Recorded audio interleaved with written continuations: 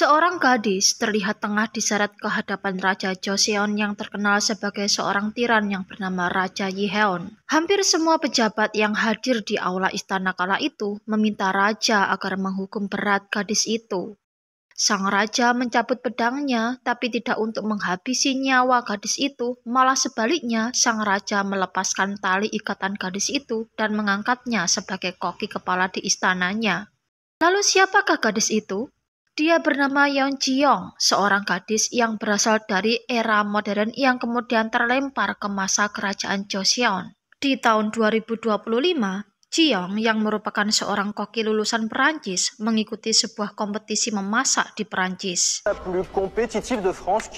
Menjelang akhir pertandingan, kompor Ji-young tidak bisa menyala. Ji-young pun berpikir cara lain untuk memanggang daging rusanya, dan dia akhirnya menggunakan metode memanggang kuno era Joseon, yaitu dengan menggunakan jerami. Singkat cerita, Ji-young akhirnya keluar sebagai pemenang kompetisi dan berhasil membawa hadiah 100.000 euro dan diangkat menjadi koki kepala di Hotel Bintang 3 Michelin. Usai perlombaan, Ji-young menelepon ayahnya dan dalam percakapan itu, ayahnya meminta agar dibawakan buku kuno titipan dari seorang profesor di Perancis. Seusai mengambil titipan dari ayahnya, Ji-young langsung terbang ke Korea, di mana penerbangannya kala itu bertepatan dengan terjadinya peristiwa gerhana matahari total. Dan pesawat kebetulan melintasi jalur yang bisa melihat momen langka itu. Seluruh penumpang termasuk Ji-young begitu terpana dengan pemandangan yang mereka lihat. Saking terpananya, pria yang duduk di sebelah Ji-young tak sengaja menumpahkan minumannya hingga mengenai baju dan tas Ji-young. Ji-young panik begitu dia melihat amplop titipan ayahnya basah terkena minuman tadi. Dia segera pergi ke toilet, kemudian mengeluarkan buku kuno titipan ayahnya dan berusaha mengeringkan bagian-bagian yang basah dari buku itu. Sambil mengeringkan, Ji-young membuka lembar demi lembar buku kuno itu. Ternyata di dalamnya ada beberapa halaman yang berisikan resep makanan. Ji-young makin penasaran dengan isi buku itu. Dia buka-buka lagi buku itu dan sampailah dia pada halaman pertama yang ternyata isinya bukan resep makanan lagi, tapi semacam kata-kata romantis. Ji-young membaca dengan keras kalimat-kalimat yang tertulis di halaman pertama. Dan tanpa disadari Ji-young, terjadi reaksi antara gerhana matahari total dengan buku yang berjudul Mangun Rock itu. Ji-young baru menyadari ada sesuatu yang tidak beres ketika tiba-tiba dia merasakan getaran yang hebat. Tapi anehnya, itu hanya dialami oleh Ji-young saja di dalam toilet. Di luar toilet, semuanya berjalan normal. Ji-young berteriak-teriak minta tolong, tapi tak ada satupun yang mendengar hingga dia akhirnya tersedot ke dalam buku itu dan terlempar entah kemana dan jatuh di sebuah hutan tepat di jaring perangkap hewan. Untuk sementara, Ji-young pingsan. Di saat yang sama, terlihat segerombolan orang berpakaian ala-ala kerajaan sedang memburu seekor rusa. Gerombolan tersebut ternyata adalah rombongan raja kerajaan Joseon yang berkuasa kala itu, Raja Yiheon, raja tiran yang memiliki kemampuan merasa makanan luar biasa hebat. Hari sudah menjelang sore, seorang kepala Qasim mengingatkan raja agar segera kembali ke istana karena ditakutkan akan ada bahaya yang mengancam dari para pemberontak. Tapi raja malah tidak memperdulikan peringatan kepala Qasim itu.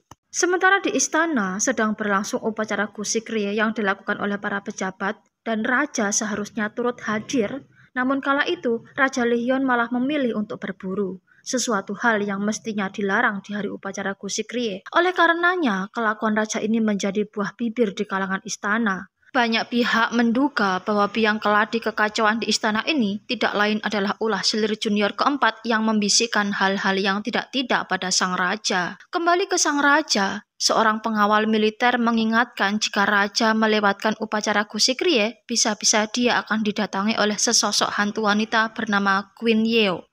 Tapi lagi-lagi sang raja tidak mengindahkan peringatan pengawalnya itu. Sementara itu, Ji-young pelan-pelan siuman dari pingsannya dan dia kaget karena berada di dalam jaring. Dia berpikir untuk mencari bantuan. Dia ambil HP-nya, tapi anehnya tak ada sinyal. Setelah menunggu beberapa lama, Raja Yiheon akhirnya melihat seekor rubah. Dia segera mengejarnya dan melesatkan anak panahnya ke arah rubah itu. Rubah itu muncul di hadapan Ji-young.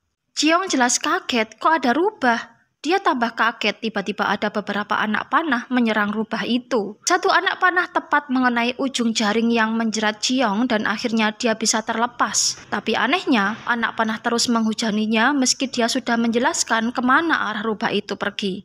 Samar-samar terlihat seorang pria berkuda dengan berpakaian ala-ala kerajaan mendekat ke arahnya. Jiong menyapa pria itu, tapi pria itu malah menghujaninya dengan anak panah. Jiong segera berlari secepat mungkin menghindari kejaran pria itu hingga dia sampai di ujung sebuah tebing. Karena merasa terdesak, Jiong mengeluarkan alat kejut listriknya sembari berusaha memberi penjelasan tentang siapa dirinya pada pria di hadapannya itu yang dikiranya adalah seorang aktor.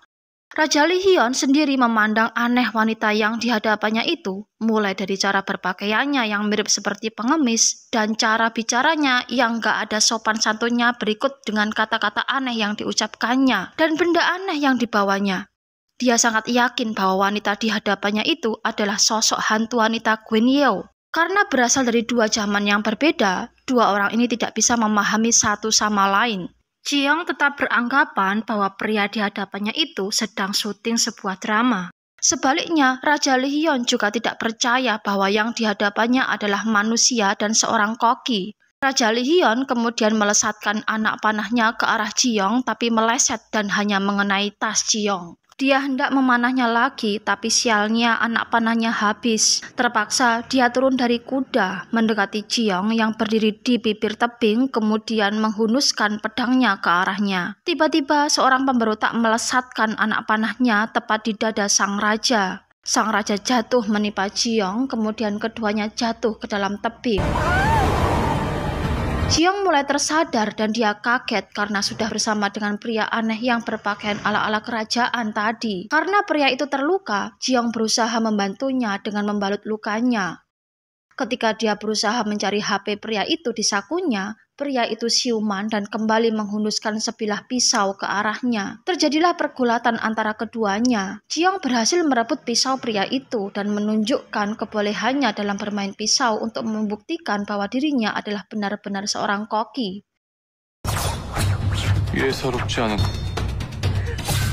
Raja Li Hyun tetap tidak mempercayainya. Sebaliknya, Jiong juga sama sekali tidak percaya dengan kata-kata pria di hadapannya itu yang mengaku sebagai seorang Raja Joseon. Kembali keduanya bertarung, tapi tak sengaja kepala Jiong membentur keras kepala Raja Li Hyun hingga menyebabkan dia pingsan. Jiong mengikat Raja Li Hyun dan mengajaknya berjalan menelusuri hutan untuk mencari bala bantuan. Sementara di istana, selir junior keempat Kang Mok-ju mendengar bahwa raja belum pulang ke istana. Dia berpikir jangan-jangan ini adalah bagian dari rencana Pangeran Jason. Selir Mok-ju jadi teringat kejadian 7 tahun lalu di mana dia bertemu pertama kalinya dengan sang pangeran di sebuah penjara. Sang pangeran bersedia membantu melepaskannya dari penjara dan sebagai gantinya Mok-ju harus mengabdi pada sang pangeran. Jiong akhirnya menemukan sebuah pondok. Keduanya beristirahat di halaman pondok itu. Raja Li Hyun mengatakan bahwa mereka saat ini sedang berada di area terlarang kerajaan, hutan Salgoji. Namun Jiong tidak mempercayai omongan Raja Li Hyun. Dia malah balik bercerita tentang dinasti Yeonhui-gun di mana makin didengar Raja Li Hyun merasa Jiong sedang membicarakan tentang dirinya. Dia pun merasa tersinggung dengan anggapan Jiong yang menyebutnya sebagai seorang raja tiran. Jiong sendiri merasa aneh. Dia merasa sedang membicarakan sosok raja tiran era Yeonhui-gun, tapi kenapa pria di hadapannya tersinggung? Di tengah obrolan mereka, Jiong melihat ada hanbok. Dia pun bergegas mengambilnya dan berganti pakaian. Tak lama kemudian, keduanya mendengar suara di dalam gubuk. Jiong pun mendekati sumber suara itu dan alangkah kagetnya dia, tiba-tiba seorang gadis muncul dan kemudian memukuli Jiong dengan sapu secara bertubi-tubi. Jiong berteriak dan menahan sapu gadis itu. Gadis itu pun menghentikan aksinya. Melihat penampilan gadis itu yang memakai hanbok, Jiong bertanya, di mana sebenarnya mereka? Gadis itu pun menjelaskan bahwa saat ini mereka ada di hutan Salgoji. Jiong lemas, kata-kata gadis itu persis sama dengan yang dikatakan pria di luar gubuk. Ada apa ini sebenarnya? Belum sempat Jiong memahami kejadian yang menimpanya, perut kosongnya berbunyi. Sang gadis yang ternyata bernama Seo Gil-geum pun mengajaknya makan bersama. Kemudian Jiong menawarkan diri untuk memasak makanan mereka. Dengan bahan seadanya, Jiong memasak nasi barli.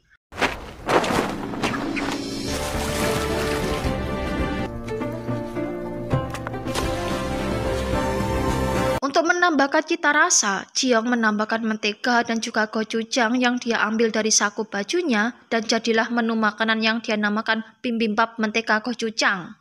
Jiong menawarkan makanan itu pada sang raja, tapi sang raja menolak. Setelah melihat nasi barli itu diaduk jadi satu dan melihat Jiong begitu enak memakannya, Raja Lehion mau mencoba makanan itu. Tapi dia kepedesan guys, begitu juga dengan Gilgem. Karena merasa masakannya dihina, Jiong hendak memakan bibimbapnya sendirian tapi buru-buru dicegah oleh Gilgem. Gilgem mengaku meski pedas, nasi barli buatan Jiong membuatnya ketagihan. Jiong dan Gilgem pun memakan dengan lahap nasi barli itu tanpa memperdulikan Raja Lehion yang hanya bisa terdiam sambil menelan ludah karena tentunya sebagai seorang raja, dia gengsi dong meminta makan pada musuhnya. Tapi, Jiong paham bahwa sebenarnya pria di hadapannya itu sangat ingin mencicipi masakannya lagi. Dia pun sekali lagi menyuapi Raja Lehion. Raja Lehion terlihat begitu menikmati bibimbap buatan Jiong. Dia minta satu suapan lagi. Kali ini, Jiong menyuapi Raja Lehion seakan dia sedang menyuapi seorang bocil. Tindakan Jiong ini justru mengingatkan Raja Lehion dengan almarhum ibundanya dan dia pun tanpa sadar meneteskan air mata. Jiong meminta tolong Gilgem agar mengantarkannya ke tebing. Di tengah perjalanan, mereka sempatkan untuk membersihkan badan di sebuah sungai. Di sana, Gilgem bercerita bahwa dia sebenarnya melarikan diri dari Chaeyoung, yaitu pemilihan gadis-gadis untuk dipersembahkan pada Raja Joseon.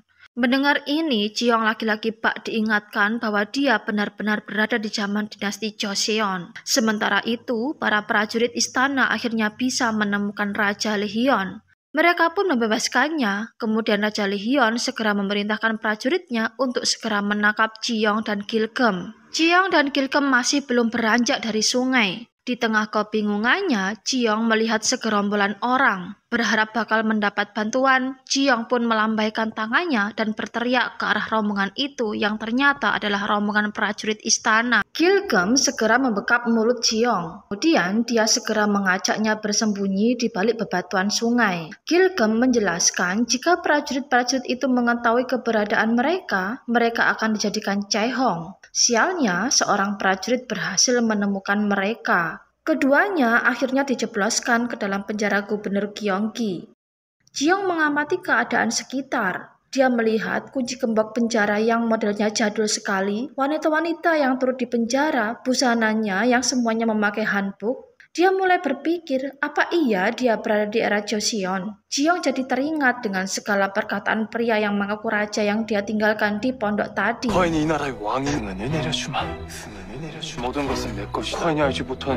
Jiong berteriak histeris karena kini dia percaya bahwa dia berada di zaman Joseon.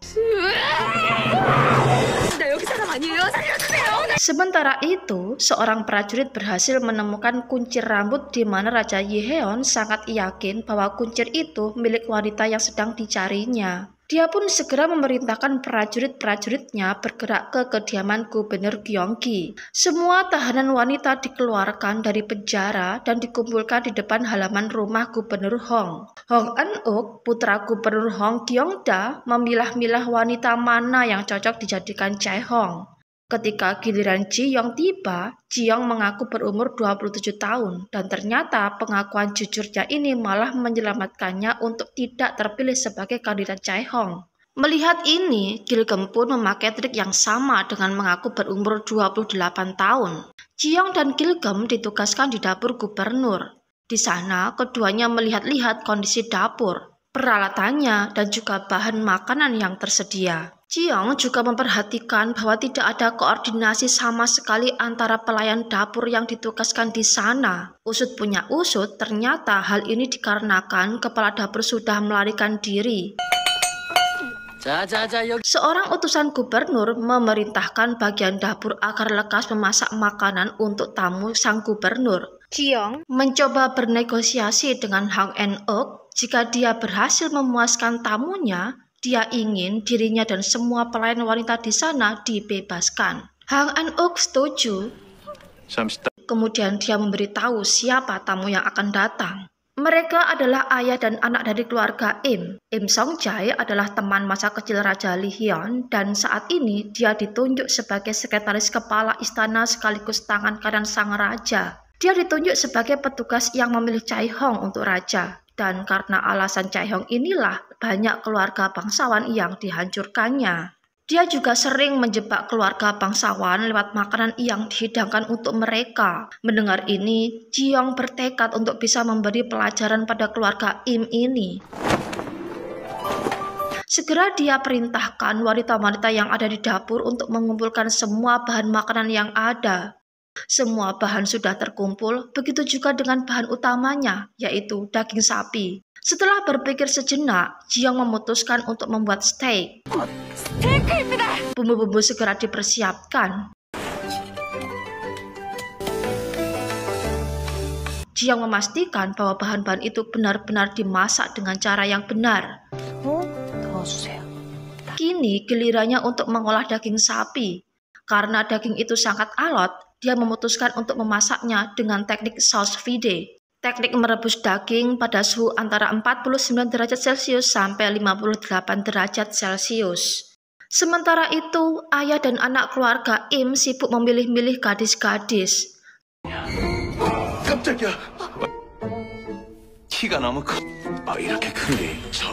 Tak ada yang cocok di mata sekretaris Song-jae. Dia pun mulai membahas cucu gubernur Hong, tapi belum selesai dia berbicara, seorang pelayan memberitahukan bahwa makanan sudah siap. Melihat yang dihidangkan hanya sekedar beberapa iris daging sapi, sekretaris Song-jae dan ayahnya merasa tersinggung. Agar tidak semakin dipersalahkan, Hong Eun-uk memerintahkan para prajuritnya untuk membawa semua pelayan dapur ke hadapan sekretaris Song-jae. Ji-young jelas kaget dan tidak tahu kesalahan apa yang diperbuatnya lagi kali ini. Ternyata sekretaris Song-jae sengaja mencari-cari kesalahan pada masakannya padahal dia sendiri belum mencoba masakannya sama sekali. Untuk memaksanya mencicipi, Ji-young nekat menerima tantangan sekretaris Song-jae. Jika makanan itu tidak mengandung bahan alami, Ji-young harus dihukum mati. 알겠습니다. Sekretaris Song-jae dan ayahnya memakan steak di hadapan mereka. Sebenarnya, dalam hati dua orang ini, masakan Ji-young sangat enak.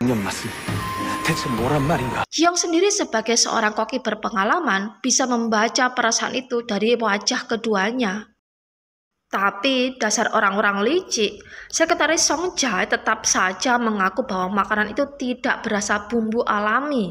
Sebagai gantinya, sekretaris Song-jae membawa Mi Hyung ke hadapan gubernur dan memintanya untuk dijadikan Chae-hong. Ji-young tidak terima. Dia pun menjelaskan bahwa dia sudah menambahkan bumbu alami yang diambil dari daerah setempat, yaitu ikan teri, udang fermentasi, dan jamur piego dengan tambahan tertentu dalam masakannya.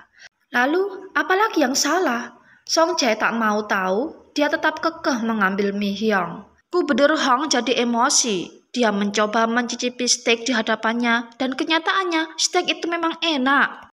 Gubernur Hong tidak terima. Dia marahi dua orang itu, kemudian dia ambil pedangnya dan berniat menebas dua manusia licik di hadapannya itu. Tapi segera dicegah oleh putranya. Dengan terpaksa, Hong Eun-uk memerintahkan prajuritnya untuk mengeksekusi Ji-young dan para pelayan dapur lainnya. Di titik ini, Ji-young benar-benar sudah pasrah. Dia sudah tidak tahu apa yang harus diperbuat. Tapi tiba-tiba terdengar suara dari luar gerbang perintah agar menghentikan eksekusi itu. Gerbang dibuka dan terdengar pengumuman bahwa sang raja telah tiba. Semua prajurit dan pejabat langsung serentak bersujud.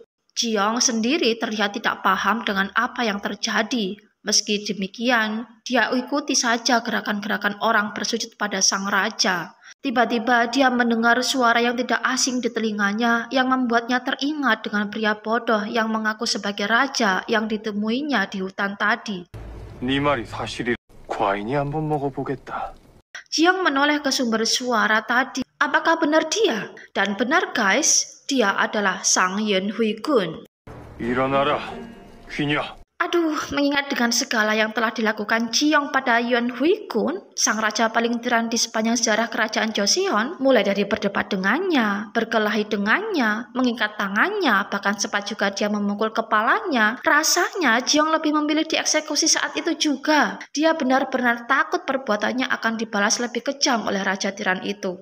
Tapi anehnya, sang raja malah memilih untuk mencicipi steak yang barusan dimasaknya. Dan benar, sebagai ahli kuliner di masanya, Raja Lee Hyun benar-benar bisa menikmati kelembutan daging steak itu berikut dengan racikan bumbu di dalamnya. 이토록 순수한 감칠맛이라니. 대체 무엇을 썼느냐? 맛을 깊게 하기 위해서 사용하는 Raja Lee Hyun pun puas dengan penjelasan Jiong tentang rahasia di balik rasa gurih yang ada di saus steak itu. Sang raja pun mengajukan beberapa pertanyaan pada Jiong. Namanya, 연지영입니다. umurnya, 27. sudah menikah apa belum, 저 아직 미혼이에요. dan terakhir tempat asal Jiong. Jiong menjawab bahwa dia berasal dari Korea, bangsa yang ada 500 tahun dari masa yang akan datang. Mendengar ini, sang raja laki-laki mengira Jiong masih belum waras, dan ini jelas membuat kesal. Dan dia tambah kesal karena ternyata dirinya tetap dikurung, bahkan bakal turut dibawa ke istana. Gubernur Hong sendiri akhirnya diasingkan ke perbatasan kerajaan karena dianggap berani menantang raja. Di dalam penjara, Jiong menceritakan pada Gilgem bahwa sebenarnya dia berasal dari masa depan. Dia pun menceritakan apa yang barusan dia alami, mulai dari kompetisi masak yang dimenangkannya, dan dia berhenti ketika membicarakan buku kuno Mangunro. Dari sini, dia baru sadar bahwa buku itulah yang membawanya ke zaman ini. 중요한 걸 깨달았어. 망운록이라고 아주 중요한. Raja terlihat duduk santai sendirian sambil memandang langit malam. Tiba-tiba dari belakang Song Jae mengejutkannya dan sejenak keduanya bermain adu ketangkasan dengan kipas yang mereka pegang.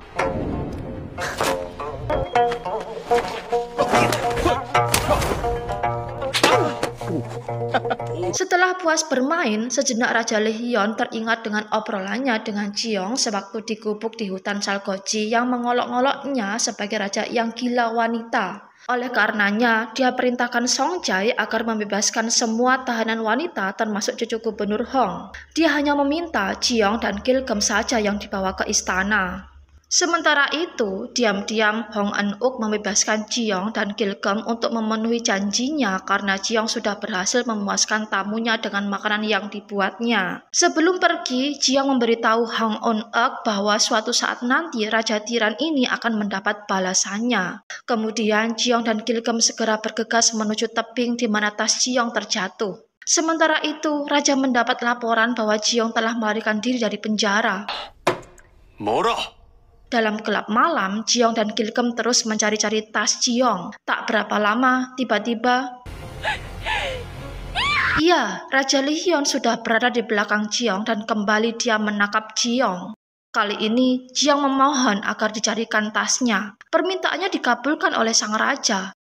Tapi begitu tas itu ditemukan, Raja Lee Hyun justru kembali membuang tas itu ke dalam jurang. Otomatis Jiong marah dan membentak Raja Lee Hyun.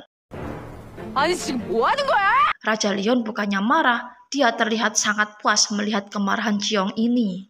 Keesokan harinya, Jiong dan Gilgem diangkut ke istana dalam keadaan tangan dan kaki diborgol. Di titik ini, Jiong benar-benar kesal pada sosok Yuan Hui Kun. Rasa-rasanya dia ingin menembak kepala bodohnya itu dan tanpa diduga, Raja Lee Hyun menoleh ke arahnya dan menunjukkan senyum puas ke arahnya. Sesampainya di istana, Raja Lee Hyun langsung disambut oleh selir Kang Mok-ju. Sang raja pun segera menunjukkan apa yang dibawanya pada selir kesayangannya itu. 이 아이다. 귀냐? Selir Mok-ju pun kaget karena dia mengira sang raja bakal membawa cucu gubernur Hong, tapi ternyata tidak. Selir Mok-ju makin kaget karena kali ini sang raja terlihat tertarik pada wanita yang dibawanya. Terlebih dia berkata bahwa wanita yang dibawanya itu bakal ditempatkan di ruang khusus. Karena tidak tahan melihat Raja Lee Hyun terus memandangi Jiong, selir Kang Mok-ju segera mengajak sang raja masuk ke dalam istana. Tak menunggu lama, tabib istana segera mencabut anak panah di dada Raja Lee Hyun dan kemudian membalut lukanya. Lebih lanjut, sang tabib istana berkata bahwa raja beruntung karena pendarahannya bisa berhenti berkat salep asing yang dioleskan ke lukanya.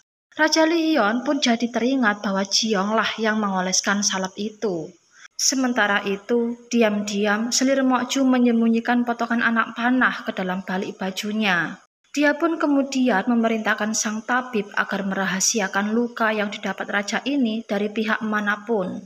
Selir Kang Mokju bertanya pada raja apakah Queen Yo yang dibawanya itu akan ditempatkan di Byolgung, bilik calon selir raja. Mendengar pertanyaan ini, Raja Lee Hyun tersenyum sinis kemudian menjawab bahwa dia akan menempatkan Queen Yo-nya di tempat yang sangat istimewa. Di manakah itu? Jiong benar-benar tidak menyangka bahwa tempat khusus yang dimaksud sang raja adalah penjara kecil di dalam istananya. Iya guys, Jiong lagi-lagi dimasukkan penjara tentunya bersama dengan Gilgem. Selir Kang Mokju terlihat sangat kesal begitu dia keluar dari ruangan sang raja. Dia sangat yakin kali ini Raja Lee Hyun sedang tergila-gila dengan Queen Yo yang dibawanya. Oleh karenanya, dia segera memanggil kepala sekretaris istana, Song Jae, ke ruangannya. Selir Mokju bertanya pada sekretaris Song Jae kenapa Mi Hyung tidak dijadikan Jae Hong sesuai dengan perintahnya. Kenapa malah Queen Yo yang tidak jelas asal-usulnya yang dibawa ke istana? Song Jae menjawab bahwa itu semua adalah kemauan raja. Dia tidak tahu menau dalam hal ini. Meski demikian, Song Jae berusaha menyenangkan hati Selir Mokju dengan menyerahkan sekotak perhiasan yang berhasil disitanya dari kediaman Gubernur Hong. Tapi, tetap saja hal ini belum membuat Selir Mokju puas terhadap kinerja sekretaris Song Jae. Oleh karenanya, sekretaris Song Jae menjadi muak dengan kelakuan Selir Mokju dan dia berencana untuk mencari seseorang yang bisa dijadikan sebagai pesaing Selir Mokju, yaitu Queen Yo. Malam harinya, seorang pria bertopeng berhasil membawa lari Jiong dan Gilgem. Di bawah sinar bulan purnama, keduanya diarahkan ke suatu tempat dan tiba-tiba terdengar letusan kembang api. Tak terasa, Jiong dan Gilgem sudah berada di tengah-tengah para penari topeng. Jiong bingung mencari-cari pria bertopeng yang melepaskannya tadi. Tiba-tiba, salah satu dari penari itu berbicara dan kemudian membuka topengnya. Dan alangkah terkejutnya Jiong karena pria itu adalah Raja Lee Hyun sendiri. Sementara pria bertopeng yang dicarinya tadi ternyata adalah utusan sang raja, seorang badut penari yang bernama Gong Gil. Setelah selesai menjalankan tugasnya, Raja Lee Hyun melemparkan sekepok uang koin pada Gong Gil yang ternyata di dalamnya ada pesan khusus agar Gong Gil mencari orang yang memanahnya ketika di hutan Salgoji. Lalu apa sebenarnya tujuan Raja Lee Hyun mengeluarkan Jiong dari penjara? Ternyata Raja Lee Hyun ingin Jiong berjanji padanya bahwa dia tidak akan melarikan diri darinya lagi. Setelahnya, sang raja meminta Jiong untuk membuatkan makanan untuknya. Melihat kedatangan Jiong dan Gilgem di dapur istana, koki-koki lama istana yang diantaranya adalah koki Om Boksik, koki yang paling senior yang juga kaki tangan Ibu Suri, koki Maeng, koki tangan selir Kang Mokju, koki Sim, asisten koki Om, dan koki Min, asisten koki Maeng terlihat tidak suka dengan kedatangan keduanya. Semua koki-koki itu langsung pergi meninggalkan dapur dan membiarkan Jiong dan Gilgem memasak makan malam sang raja sendirian. Jiong mulai memeriksa alat dan bahan-bahan dapur. Dengan indera penciumannya yang tajam, Gilgem berhasil menemukan daging rusa hasil buruan Raja Lee Hyun di hutan Salgoji tempo hari. Setelah berpikir sejenak, Jiong tahu masakan apa yang cocok dihidangkan untuk raja malam ini, yaitu steak rusa.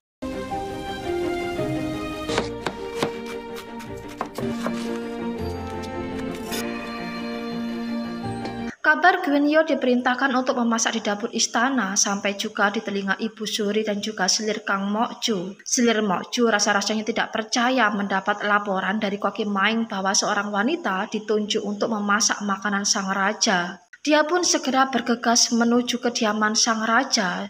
Jiong sudah berganti pakaian dan kini bersiap untuk menyajikan makanannya di hadapan sang raja. Begitu pintu ruangan sang raja dibuka, sesaat Jiong terpana dengan tubuh atletis Raja Lee Hyun yang memang pada saat itu dia tidak mengancingkan baju bagian atasnya. Jiong duduk di samping sang raja dan mulai menjelaskan hidangan apa saja yang dibawanya. Pertama, hors de vivre, yaitu semacam hidangan daging cincang mentah yang berfungsi untuk membangkitkan selera makan. 욕을 돋구는 거죠. Raja Lihyeon memakan hidangan pertamanya. Dan lagi-lagi dia merasakan sesuatu yang berbeda. Hidangan yang kedua adalah potash, yaitu sejenis bubur susu kental yang ditaburi kacang polong. Dan hidangan ketiga, menu utama, yaitu steak daging rusa. Raja Lihyeon begitu takjub dengan cara penyajian daging rusa Jiyeong yang dibakar di atas bara. Dan ketika dia meminta Jiyeong mencicipi masakannya, Raja Lihyeon teringat dengan mendiang ibunya. Oleh karenanya, kali ini Raja Lihyeon meminta Jiyeong menyuapinya.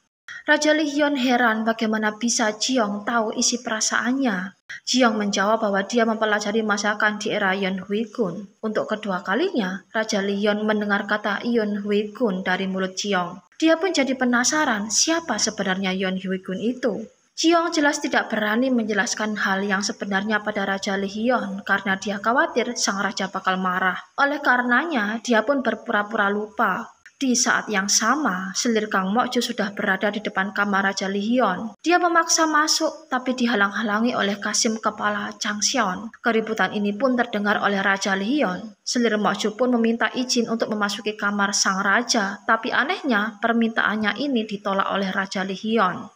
Dari balik pintu, samar-samar selir Mok-ju melihat Raja Lihyeon asik bercanda tawa bersama dengan Queen Yeon-nya. Dengan sangat kecewa, selir Mok-ju meninggalkan kediaman Raja Lihyeon. Setelah keluar dari kediaman raja, Jiyeong dicegat oleh sekretaris Song Jae. Sekretaris Song Jae menawarkan kerjasama dengan Jiyeong. Awalnya Jiyeong menolak, tapi setelah dipikir-pikir, perkataan sekretaris Song Jae yang menyatakan bahwa dia bakal diserang terus oleh selir Mok-ju ada benarnya. Jiyeong bersedia bekerja sama dengan syarat sekretaris Song Jae harus bisa menemukan tasnya yang terjatuh di jurang yang ada di hutan Salgoji. Di dapur istana, ketika kondisi sedang sepi, diam-diam Koki Maeng mencicipi masakan Jiyeong, dan seperti yang lainnya, Koki Maeng juga terhipnotis dengan masakan Jiyeong. Karena merasa tersaingi oleh seorang koki wanita, Koki Maeng tidak terima.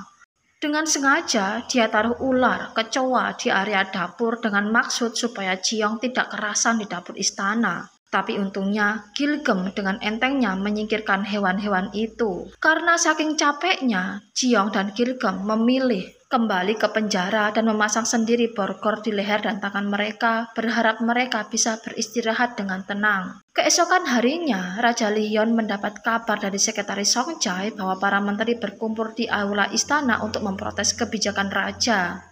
Raja Lihyeon bergegas menuju aula istana dan kemudian mendengar keluh kesah para menterinya yang salah satunya meminta raja agar menghukum mati Jiyeong karena berani menghina sang raja. Karena tekanan yang makin keras, Raja Lihyeon memerintahkan agar Jiyeong dibawa ke hadapannya. Jiyeong pun diseret ke hadapan sang raja.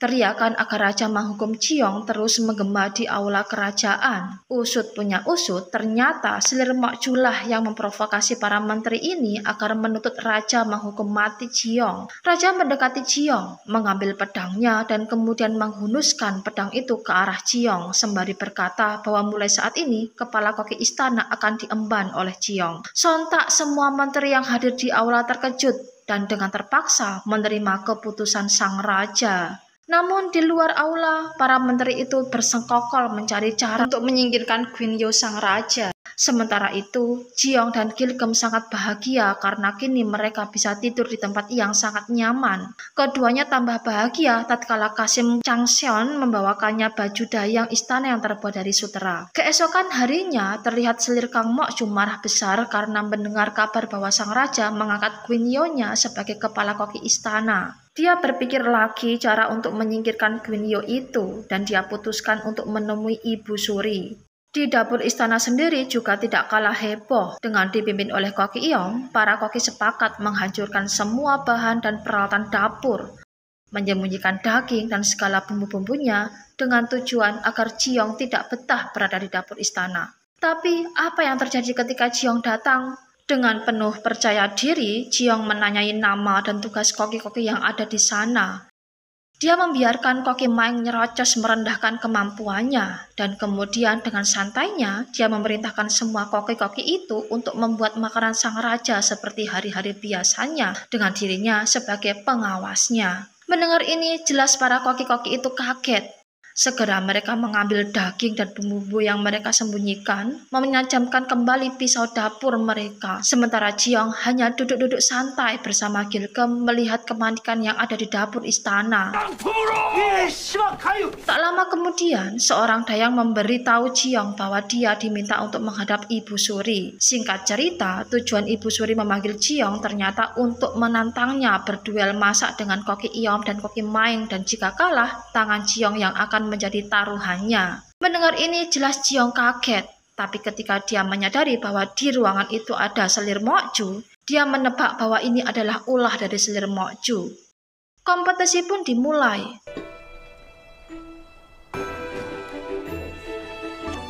Sementara itu, sang raja mendapat kabar bahwa koki kesayangannya ditantang Ibu Suri berduel masak dengan koki-koki lama. Segera sang raja pergi menuju lokasi duel masak. Setibanya di sana, sang raja memerintahkan pengawalnya untuk mengambil alat pemotong padi dan kembali mengumumkan bahwa siapa saja yang kalah dalam pertandingan masak itu akan dipotong tangannya. Ibu Suri Agung mengumumkan tema kompetisi masak yang digelarnya yaitu berbakti pada orang tua dengan dua bahan utama yaitu tahu dan dujang. Kompetisi masak dimulai. Ketika koki langsung berlari menuju gudang bahan makanan dan saling berebut untuk mendapatkan bahan yang terbaik. Sayangnya, Jiong beberapa kali kalah cepat. Dia hanya bisa mengoreti dujang yang tersisa dan bahkan kebagian sedikit sekali tahu dan itu pun sudah dalam keadaan hancur. Jiong kebingungan. Dia duduk sembari berpikir apa yang harus dilakukannya dengan bahan yang serba terbatas itu. Untungnya, di sampingnya dia melihat ada banyak sayur bayam. Dia teringat kalau Ibu Suri sempat terlihat pusing, pertanda dia menderita anemia, dan oleh karenanya, makanan dengan bahan dasar bayam sangat cocok untuk Ibu Suri. Jiong dikejutkan oleh Kasim Yun yang mengingatkannya agar segera kembali ke arena perlombaan. Jiong tidak segera kembali, dia malah meminta Kasim Yun untuk memberikannya tambahan dujang. Kasim Yun pun menuruti permintaannya dengan membawa Jiong ke gudang makanan istana. Sementara itu, Koki Om dan Koki Maeng sudah sibuk memasak hidangan mereka masing-masing. Di atas singgasana, para keluarga kerajaan memperhatikan dengan takjub bagaimana kedua koki itu memasak. Raja terlihat was-was karena Jiong belum juga kembali. Tak lama kemudian, Jiong muncul. Jiong segera menunjukkan kebolehannya dalam memasak. 이상한 채소를 생으로 데쳐. Ketika Jiong sedang menggilas adonan mie, dia sempat teringat dengan cerita Kasim Yun bahwa Ibu Suri sebenarnya mendambakan sup buatan ibunya dulu di mana sup itu terasa gurih segar. Sampai saat ini, belum ada satu koki pun yang bisa menemukan rasa yang diinginkan Ibu Suri itu. Jiong berpikir keras berusaha untuk mengingat bahan apa yang bisa menghasilkan rasa gurih segar. Akhirnya, Jiong tahu. Dia bergegas berlari ke pintu keluar arena, tapi dicegah oleh para dayang istana. Dia memohon pada raja agar diizinkan mengambil satu bahan saja. Melihat ini, selir Kang jelas menghalanginya dengan menuduh Jiong hendak mengganti menu masakannya. Jiong jelas membantahnya, dan dengan argumen logisnya, Raja Li Hyun mengizinkannya. Karena waktu semakin menipis, Jiong meminta bantuan Gilgem untuk mengambil bahan rahasianya itu. Gilgem berhasil mengambil bahan rahasia yang diminta Jiong, tapi tiba-tiba dayang utusan selir Mokju sengaja menyenggolnya hingga Gilgem terjatuh. Dayang itu hendak melukai Gilgem. Lalu apakah Gilgem tidak bisa kembali, guys? Jiong terlihat khawatir karena Gilgem tak kunjung kembali. Melihat Jiong memasak sesuatu yang belum pernah ada, para selir istana mulai khawatir. Dayang pencicip makanan mengusulkan agar Jiong didiskualifikasi. Jelas hal ini membuat Raja Li Hyun marah. Tak berapa lama, Gilgem pun datang meski dalam keadaan terluka. Jiong segera memasukkan bahan rahasianya itu ke dalam sup bayam yang dibuatnya. Dan akhirnya, ketika koki itu berhasil menyelesaikan makanannya masing-masing, dan kini tibalah tahap penilaian. Pertama, koki Maeng dengan hidangan utamanya, umandu. Ibu Suri puas dengan masakan koki Maeng, begitupun dengan selir mokju. Raja Lihyun sebenarnya puas, tapi dia menyayangkan doenjang hanya dipakai dalam sausnya saja. Kedua, giliran koki Om dengan menu utamanya Yeonpotang. Semua mengakui bahwa hidangan yang dibuat koki Om enak dan juga berkesan mewah, tapi Raja tidak setuju kalau berbakti harus berkesan mewah. Terakhir, giliran Jiong. Melihat hidangan Jiong hanya sop bayam, semua meremehkan rasa masakan Jiong. Bahkan selir mokju sempat menghinanya, tapi dihentikan oleh Ibu Suri Agung karena ternyata rasa dari sup bayam buatan Jiong ini sama persis dengan sup buatan ibunda Ibu Suri Agung. Ibu Suri Agung sempat meneteskan air mata karena dengan merasakan sup bayam buatan Jiong, dia bisa mengenang masa-masa terakhir dengan ibunya. Ibu Suri akhirnya bertanya apa rahasia di balik rasa gurih segar dalam supnya itu. Jiong menjelaskan bahwa rasa gurih segar dia peroleh dari kerang segar. Lebih lanjut, dia menjelaskan bahwa alasan dia menggunakan daun bayam karena dia tahu Ibu Suri mengidap anemia. Ibu Suri sungguh takjub dengan perhatian Jiong ini. Dan akhirnya dia mengakui bahwa Jiong memang layak dijadikan kepala koki istana. Pemenang kompetisi pun diumumkan oleh Ibu Suri, dan jelas pemenangnya adalah Yeon Jiong. Melihat ini, selir Kang Mokju jelas marah dan kecewa. Dia pun bergegas meninggalkan arena. Raja segera memerintahkan prajuritnya untuk memotong tangan koki Maeng dan koki Om. Melihat ini, Jiong tidak tinggal diam. Dia memohon pada raja agar membatalkan hukumannya itu. Mendengar ini, jelas Raja Lihyun tidak terima, tapi Jiong terus saja memohon pengampunan untuk koki Maeng dan koki Om. Akhirnya Ibu Suri Agung juga turut menenangkan raja dan memohonkan ampun untuk kedua koki yang kalah. Tindakannya ini juga diikuti oleh banyak pelayan dapur istana lainnya. Akhirnya Raja Lihyun pun bersedia membatalkan hukumannya itu. Di perjalanan kembali ke kediamannya, Raja Lihyun teringat perkataan Sekretaris Song Jae bahwa selir mokju lah yang menyebarkan rumor bahwa Jiong menjadi penyebab Gubernur Hong diasingkan. Dari sini Raja Lihyun menebak bahwa dalang diadakannya kompetisi masa ini sebenarnya adalah selir Kang Mokju. Dia pun segera menemui selir Kang Mokju dan dia marahi habis-habisan selir Kang Mokju itu. 하는 것과 마찬가지임을 내 모른단 말이냐? Tapi dasar selir Kang Mokju berotak licik, dia tetap menyalahkan Jiong karena semenjak keberadaannya, Raja Lihyun jadi lupa misi balas dendamnya pada semua pejabat yang terlibat dengan kematian ibundanya.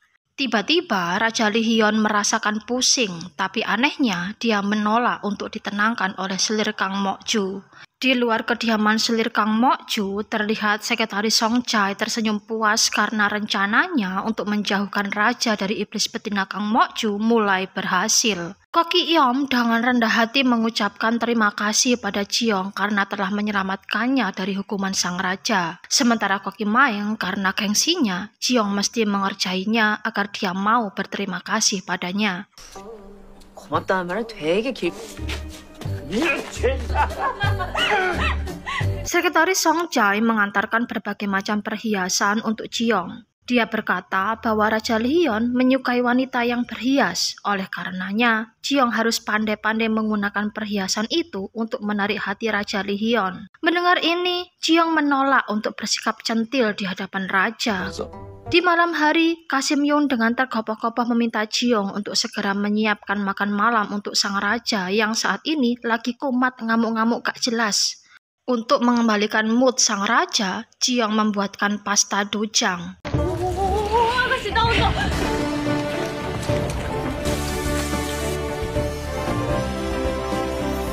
Makanan sudah disiapkan di hadapan raja. Raja meminta semua pelayannya keluar dari kamarnya, terkecuali sang koki kepala, Jiong. 망했다. Raja sempat marah melihat makanannya yang laki-laki terbuat dari bahan dojang. Tapi dengan lemah lembut, Jiong meyakinkan raja bahwa masakannya berbeda dengan makanan yang dimakan raja sewaktu di kompetisi masak tadi. Dan benar, raja begitu lahap memakan pasta dojang buatan Jiong. Seusai makan, Raja bertanya tentang makanan yang dimakannya itu. Ciong menjelaskan bahwa pasta ini biasa dibuatkan oleh ayahnya ketika Ciong lagi marah. Mendengar ini, Raja pun bertanya, di mana ayahnya sekarang? Dia akan mempertemukan Ciong dengan ayahnya.